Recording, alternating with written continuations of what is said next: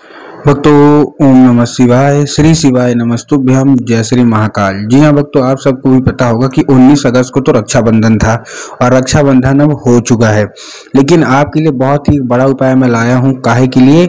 आपको 20 अगस्त के लिए बहुत बड़ा उपाय लाया हूँ। क्यों? क्योंकि 20 अगस्त को हमारा क्या है, कजुलैया है, ठीक ना। कजलिया जिसको बोलते हैं और खजुलैया भी बोलते हैं, तो आप कजलिया समझिए। कजलैया का कजलिया जो है ना, उसका महा त्योहार है। ये भी एक हिंदू धर्म का और सनातन धर्म का और खासकर मध्य प्रदेश का बहुत ही बड़ा त्योहार है।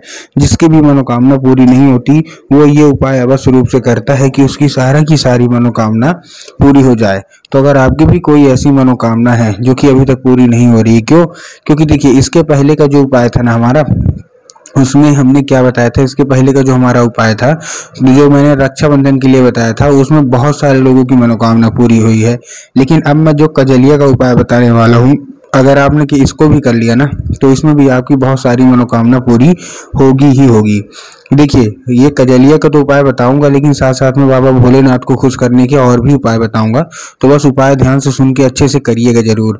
अगर आपने आज का ये उपाय ध्यान से सुन के अच्छे से कर लिया, तो अवश्य रूप से जो मनोकामना है ना, वो पूरी होगी ही होगी। देखिए, पूज्य गुरुदेव की जो कथा होती है, जैसे कि आपको पता है कि पूज्य गुरुदेव की जो कथा होती है, उसमें लाखों की भीड़ आती है। कैसी भीड़ आती है?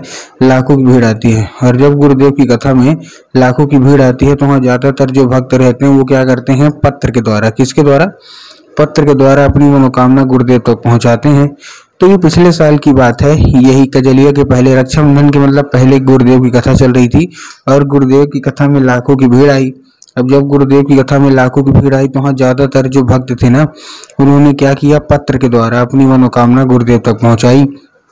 तो क्या हुआ, गुरुदेव की कथा में जब पत्र पहुंचा और गुरुदेव ने पत्र पढ़ा, तो वहां उन्होंने देखा कि सब जो भक्त है ना, उनकी अपनी अपनी मनोकामना है। क्या मनोकामना है? किसी की कोई धन प्राप्ति की मनोकामना है, किसी की कोई कर्जा मुक्ति की मनोकामना है, मतलब तरह तरह की अपनी मनोकामना है।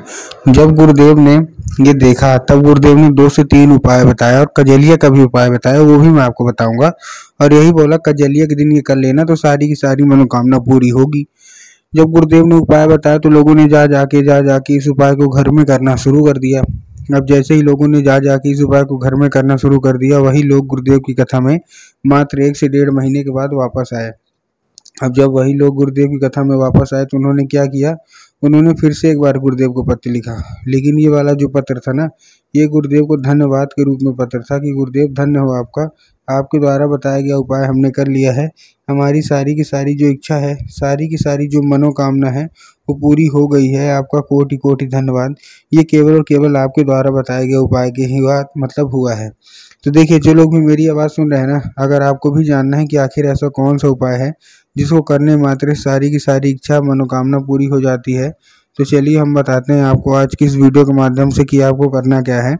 तो बस उपाय ध्यान से सुन के अच्छे से करिएगा जरूर। लेकिन उसके पहले चैनल पे अगर पहली बार आए हैं और आवाज़ मेरी पहली बार सुन रहे हैं, तो वीडियो कर दें लाइक और चैनल को भी कर लें सब्सक्राइब, ताकि पूजनीय पंडित प्रदीप जी मिश्रा की रोज नए नए उपाय, जो कि मैं उनकी कथा से सुनता हूँ, श्रवण करता हूँ, सबसे पहले मैं आपको प्राप्त करा सकूँ। ठीक, तो देखिए, जो हमारा सबसे पहला उपाय है कजलिया का, इसमें आपको 3 कजलिया लेना है और 3 कजलिया लेके पहुंच जाना है कहाँ, सीधा सीधा शिव मंदिर। अब जैसे ही शिव मंदिर पहुंचेंगे, आपको दक्षिण दिशा में खड़े होना है और अपना चेहरा उत्तर की ओर कर लेना है। अब देखिए, दक्षिण और उत्तर में भी ना बहुत सारे लोग कंफ्यूज होते हैं कि दक्षिण क्या है, उत्तर क्या है, हमको थोड़ा साफ साफ समझाइए। तब गुरुदेव ने बताया कि आप जिस भी शिव मंदिर जा रहे हैं, उस शिव मंदिर का जिधर साइड जलाधारी होगा, आपको अपना चेहरा उधर साइड करके खड़े हो जाना है। ठीक, खड़े हो गए। खड़े होने के बाद आपको एक नाम लेके, कौन सा? महादेव का बहुत ही सुंदर सा नाम है, श्रम्भेश्वर महादेव। तो बस आपको करना क्या है, आपको श्रम्भेश्वर महादेव का नाम लेके उन्हीं का स्मरण करके आपको चुपचाप से क्या कर देना है, आपको अर्पित कर देना है बस। पूज्य गुरुदेव कहते हैं कि अगर आपने श्रम्भेश्वर महादेव का ये उपाय कर लिया, तो अवश्य रूप से जो भी इच्छा मनोकामना है ना, वो पूरी होगी ही होगी। ठीक है, ये था हमारा कौन सा, ये था हमारा पहला उपाय। अब देखिए, पहला उपाय तो आपने कर लिया। अब हम चलते हैं अपने दूसरे उपाय की ओर, जो कि धन प्राप्ति का था। पहला तो मनोकामना पूर्ति का था, अब हम धन प्राप्ति के उपाय की ओर चलते हैं। इस उपाय में आपको करना क्या है, इस उपाय में आपको लेना है एक लाल फूल। क्या लेना है? एक लाल फूल लेना है। इस उपाय को आपको करने के लिए आपको देखिए करेंगे क्या, एक लाल फूल ले लिए। अब लाल फूल आप कोई सा भी ले सकते हैं, गुलाब का ले लीजिए, गुड़हल का ले लीजिए, जो भी आपको पसंद आए आप लाल फूल ले लीजिए। बस कहीं से भी कटा फटा नहीं होना चाहिए, इस चीज़ का ध्यान रखना है। अब ये अगर आपका बच्चा पढ़ता नहीं है तो उसके लिए भी बहुत अच्छा उपाय है और धन प्राप्ति का भी उपाय है।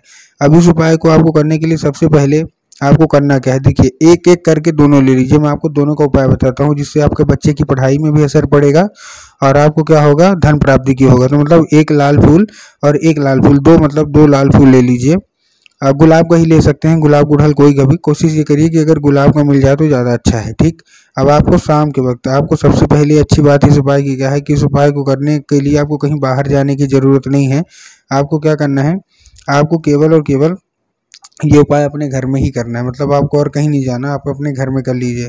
अब इस उपाय को घर में करने के लिए करेंगे क्या, सबसे पहले अच्छी बात ये उपाय, इस उपाय में आपको लिए क्या चाहिए, आपके घर में माता सरस्वती की फ़ोटो होना अति अनिवार्य है। अगर आपके घर में माता सरस्वती की फ़ोटो है तब तो अच्छी बात है, लेकिन अगर आपके घर में नहीं है तो आपको क्या करना है, माता सरस्वती की फ़ोटो लाना है और एक लक्ष्मी माता की फ़ोटो लाना है, दोनों की फ़ोटो होना अति अनिवार्य है, ठीक।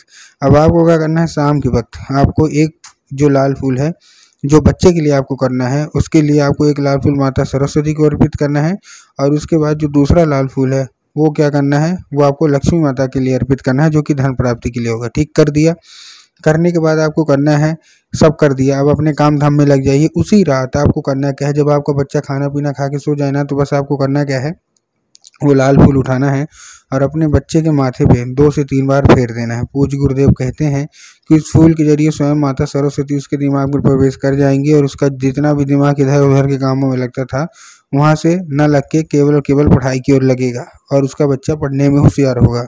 और साथ साथ जो माता लक्ष्मी वाला है तो उसको क्या करना है, उसको माता लक्ष्मी का जो आपने अर्पित किया है उसको उठा के फिर आपको क्या करना है, अपने तिजोरी में कहीं भी जो भी आपकी जहाँ पैसा वैसा रखते हैं वहाँ रख देना है। उससे क्या होगा, माता लक्ष्मी का आगमन आपके तिजोरी में हो जाएगा और आपको धन प्राप्ति की समस्या दूर हो जाएगी, ठीक। ये था धन प्राप्ति का। अब हम चलते हैं अपने तीसरे और आखिरी उपाय की ओर। अब तीसरे और आखिरी उपाय में हमको करना क्या है, इस उपाय में हमको ये कर्जा मुक्ति का उपाय है। अगर आपके जीवन में कर्जा बहुत ज़्यादा बढ़ गया है तो कर्जा मुक्ति का ये उपाय आपको कर लेना है। अब देखिए इस उपाय में आपको करना क्या है, इस उपाय में सबसे पहले आपको लेना है एक पान का पत्ता और पान के पत्ते के ऊपर आपको शहद का लेपन कर देना है। तो पान का पत्ता ले लिया और शहद का लेपन कर दीजिए। शहद का लेपन करने के बाद आपको करना क्या है, जैसे आपने शहद का लेपन किया और चिकने साइड करना है, ठीक। अपने बच्चे के हाथ में देके उसको सीधा सीधा शिव मंदिर भेज दीजिए। अब जैसे ही शिव मंदिर भेजेंगे, शिव मंदिर भेजने के बाद आपके दिमाग में आएगा कि जाएंगे और बाबा भोलेनाथ के ऊपर अर्पित करवा देंगे, जो कि पूर्णतः गलत है। आपका बाबा भोलेनाथ के ऊपर अर्पित नहीं करवाना, आपको माता शोक सुंदरी के ऊपर अर्पित करवाना है, जिनकी जगह जलाधारी के बिल्कुल बीचों बीच होती है। तो आपको क्या करवाना है, बिल्कुल जलाधारी के बिल्कुल बीचों बीच अर्पित करवा के मनोकामना मंगवा लीजिए। पूज्य गुरुदेव कहते हैं कि मात्र 1 से 1.5 महीने के अंदर देखिएगा सारी की सारी जो इच्छा है, सारी की सारी जो मनोकामना है ना, वो पूरी होगी ही होगी। तो उम्मीद करता हूँ आज का उपाय समझ में आ गया होगा।